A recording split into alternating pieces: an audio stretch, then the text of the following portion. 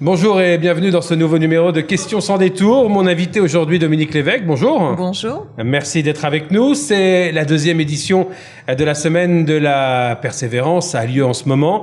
L'utilisation de ce terme persévérance, on imagine qu'il n'est pas anodin.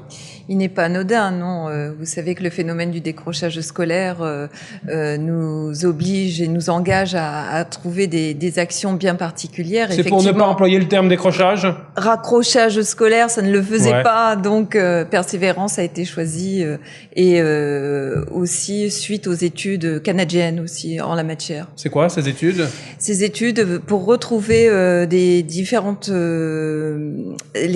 axes de remotivation des élèves, d'accrochage scolaire et qui nous fondent aussi nos actions particulières dans le cadre de cette mise en place de la semaine. Ouais. La situation, comment elle est en Guadeloupe aujourd'hui? Comment on se situe au plan national? Est-ce que le décrochage scolaire est plus présent en Guadeloupe ou bien on se situe dans une mauvaise moyenne, on va dire? On est dans la mauvaise moyenne, mais on progresse. Effectivement, toutes les actions que nous pouvons mener depuis 3 ans portent leurs fruits, et notamment au niveau des élèves, au niveau de l'obtention du diplôme, puisqu'on en avait beaucoup aussi qui se décourageaient et qui comptabilisent, qui font partie du nombre de décrocheurs qui ont raté leur baccalauréat, par exemple, et qui quittent sans essayer un seul doublement, une deuxième tentative. À partir de quand on est classifié décrocheur, comme vous dites? Alors, le chiffre des décrocheurs, comme on donne dans chaque académie, ce sont les plus de 16 ans qui sont sortis du système scolaire sans qualification. D'accord. Et ça, on a un chiffre précis en Guadeloupe? Alors, on a un chiffre précis qui fait partie du recensement interministériel qui nous mène à 1200 en moyenne par session, en fait. Ce qui est beaucoup?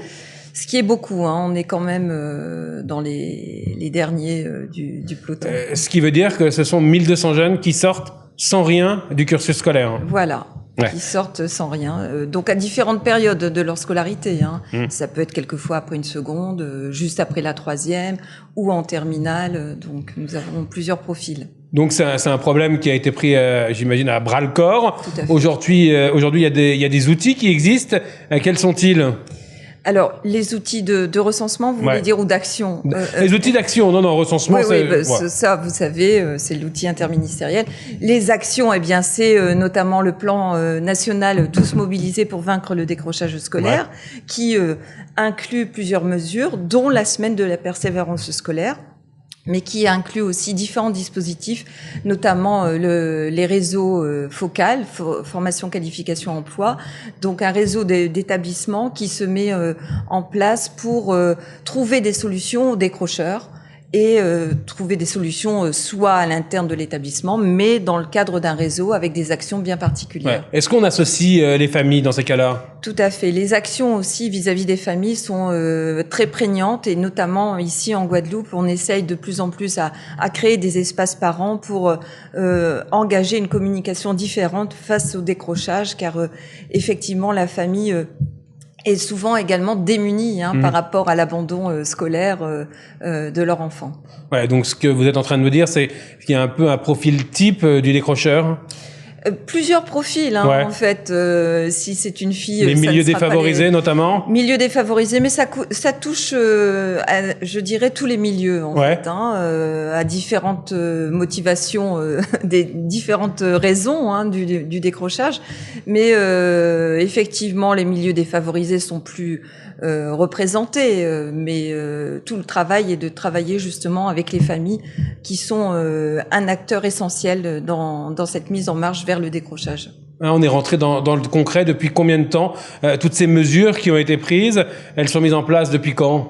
Alors depuis 2014. Donc ça fait 3 ans, on a un peu de recul maintenant. On a pris un coup d'accélérateur depuis 3 ans par rapport au plan Tous mobilisés pour vaincre le décrochage scolaire, et on multiplie notamment les différentes mises en avant des actions que l'on peut mener dans l'académie. C'est l'objectif de la semaine de la persévérance scolaire, pour communiquer sur toutes les actions qui sont mises en place et qui nous permettent d'en perdre de moins en moins, je dirais. Ouais, on en perd de moins en moins, mais on en perd encore trop. Alors il y a les réseaux focales. Qu'est-ce que c'est ça? C'est le réseau des établissements qui se met en place au sein des différents bassins d'éducation, qui propose des actions et des solutions autres ou différentes d'une scolarité normale, on part du principe que s'ils ont quitté l'école, c'est qu'ils n'y étaient pas forcément bien et qu'il faut trouver d'autres solutions, d'autres parcours individualisés, des soutiens particuliers par rapport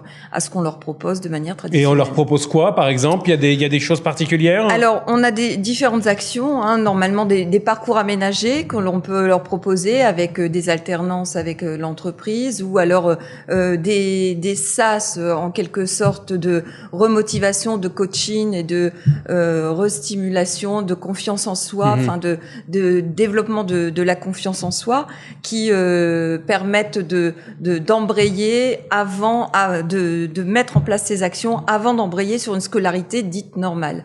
Donc toutes des phases préparatoires et de remise en confiance en quelque sorte, et de restimulation par rapport à l'obtention d'un diplôme, car c'est notre objectif. Quand on suit les enfants, à partir de quel moment on voit qu'il va peut-être devenir en situation de décrochage scolaire? Alors, eh bien, les signes d'absence, absentéisme, ça commence déjà par quelques absences perlées, certains cours, ou quelques exclusions de cours, quelques exclusions définitives, quelquefois du lycée, des absences motivées quelquefois par des recherches d'emploi. Et là, donc, il y a tous les acteurs de la communauté éducative qui sont mis en action, et notamment les assistantes sociales pour vérifier si les conditions familiales permettent une bonne approche au niveau de la scolarité. Ouais. Alors il y a de multiples actions qui sont organisées tout au long de cette semaine. Ça commence notamment du côté de Marie-Galante, c'est ça? Voilà, enfin ça a commencé dès hier, des ateliers d'échange de paroles, des mises en réseau d'établissements pour mettre en place des échanges d'élèves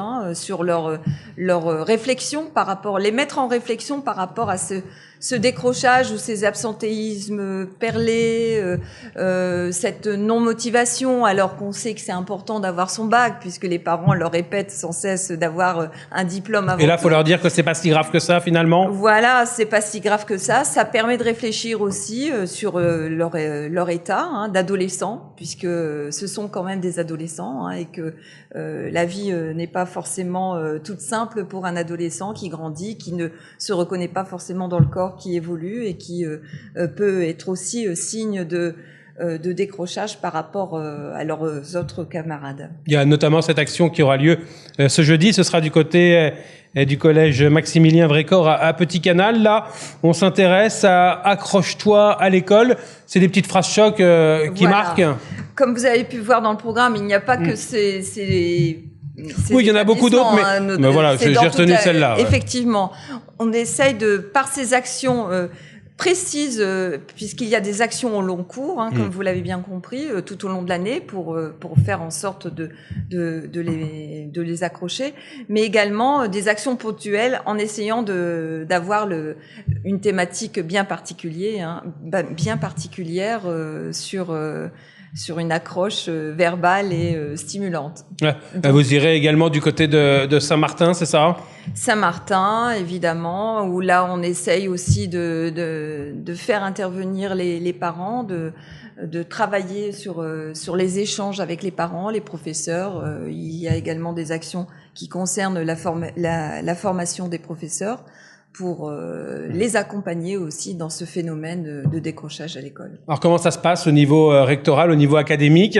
Il y a toute une équipe qui est dédiée, ou alors c'est l'affaire de tous? J'imagine que vous allez me répondre, c'est l'affaire de tous, mais voilà. Bon, dans la réalité des faits, ça ne va pas se passer comme ça. Dans la réalité, c'est porté par la mission de lutte contre le décrochage scolaire, qui est un de mes services, mais c'est également porté par le service académique d'information et d'orientation, qui inclut la mission de lutte contre le décrochage scolaire, et qui pilote, qui permet d'organiser cette semaine type qui nous est demandée dans chaque académie, mais qui permet aussi de proposer aussi des actions et de suivre et de mettre en avant tout ce personnel qui œuvre au quotidien sur le terrain. Alors comment on les sensibilise? Comment on sensibilise toute la communauté éducative? Je pense que depuis plusieurs années, on sensibilise toute la communauté. C'est le décrochage scolaire, voir nos jeunes dans les rues, ça ne satisfait pas grand monde, y compris l'éducation nationale.